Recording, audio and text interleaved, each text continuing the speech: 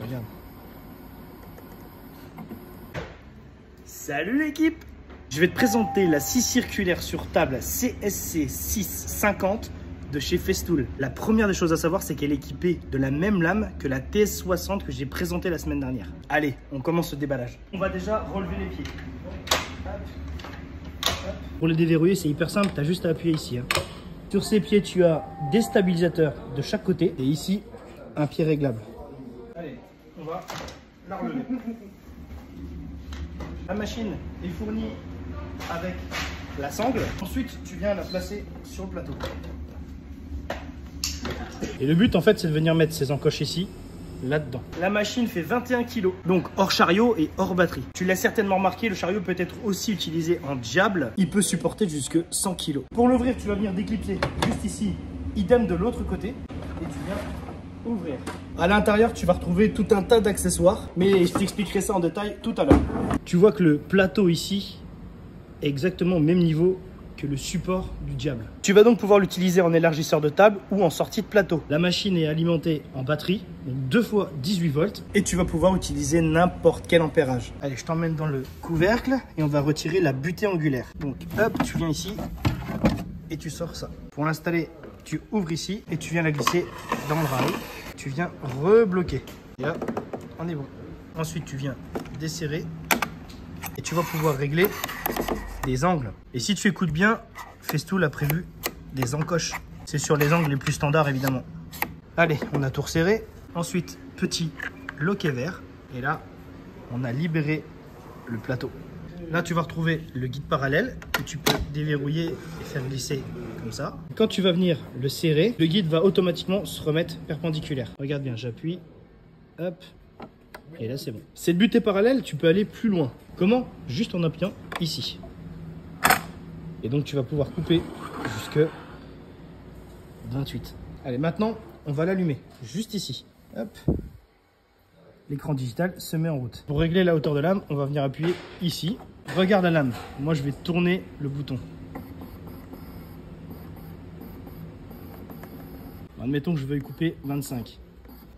Je reste appuyé et je viens descendre au 10e de millimètre près. Pour l'angle, c'est pareil, tu appuies et tu tournes. Donc là, on va pouvoir régler l'angle et pour garder la hauteur, elle va compenser.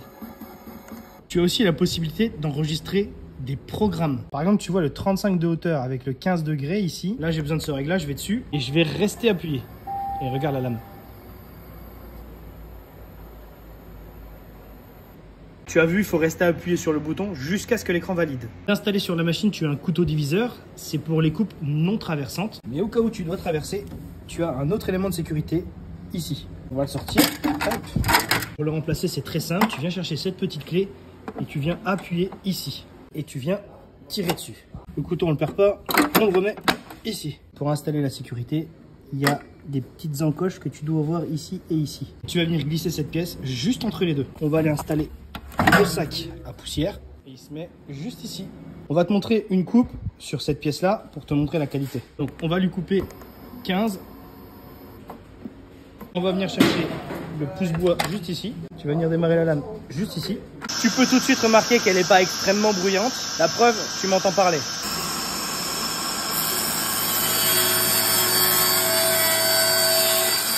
Et regarde cette finition.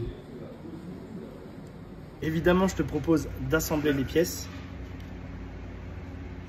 Parfait. Et pour changement de lame, tu vas venir sur parking, tu restes appuyé, tu retires le carter. Hop.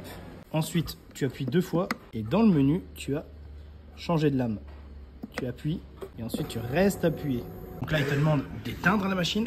Ensuite, hop, tu bascules ça. On va venir ouvrir. Hop. Donc là, tu vas venir bloquer l'arbre. Là, on est bon. Et ensuite, tu viens dévisser la vis. Hop. Tu peux le terminer directement à la main. Tu décolles la lame. Tu récupères la bague. Et voilà.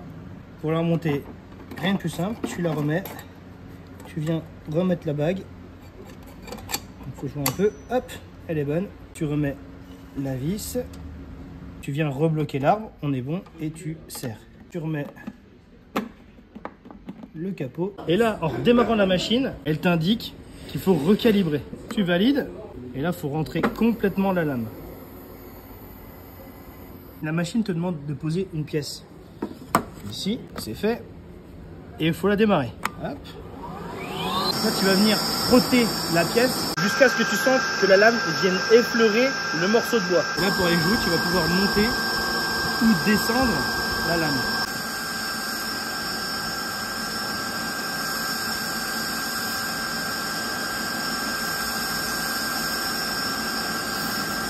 C'est bon. Et tu vois, on est bien venu effleurer le morceau de bois. Maintenant, il n'y a plus qu'à ranger toutes les pièces. Première étape, on va venir bloquer le coulissant. Donc, ok. On peut ranger la bouteille d'angle. Pour optimiser le rangement, Festool a pensé à mettre des P parking et donc venir les aligner. Voilà, les petits parkings sont alignés. On va pouvoir ranger dans le coffre. Le guide, hop, sur le petit parking aussi, juste ici. Ensuite, ici, on bloque. Le sac aspirateur, hop. Pour le ranger, le guidage métallique, tu vas venir le mettre au fond, le long des vis, de cette façon. Hop. Et voilà. De nouveau, mode parking. Ensuite, hop, on éteint tout. Il n'y a plus qu'à recapoter la pièce verte ici, côté écran.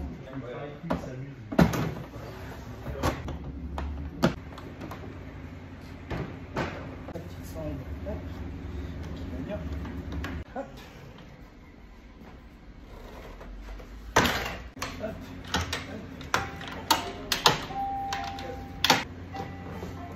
C'est parti.